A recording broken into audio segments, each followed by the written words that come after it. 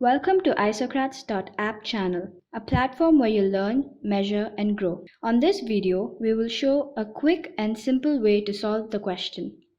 In this video, the question is if a 5 Newton and a 15 Newton forces are acting opposite to one another, then find the resultant force and the direction of action of the resultant force.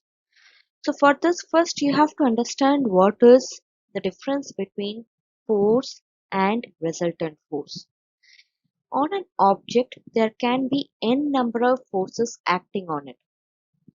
Just imagine a tug-of-war situation where both the parties on either side, left and right, will be pulling the uh, middle thing, will pulling the kerchief towards themselves using the force.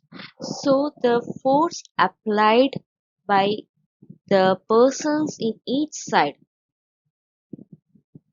is different. That is, each person will be applying different kind of forces, but the winner will be the one who will be giving the maximum force, or which side is giving the maximum force. So that is the resultant force.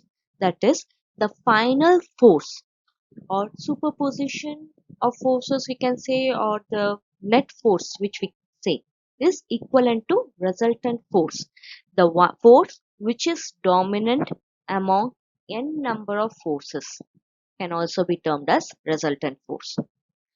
So as two forces are given and it is said that they are acting on opposite direction to one another, that means F1 is F1 is equal to minus of F1 and minus F2. That means any one force is acting in opposite direction.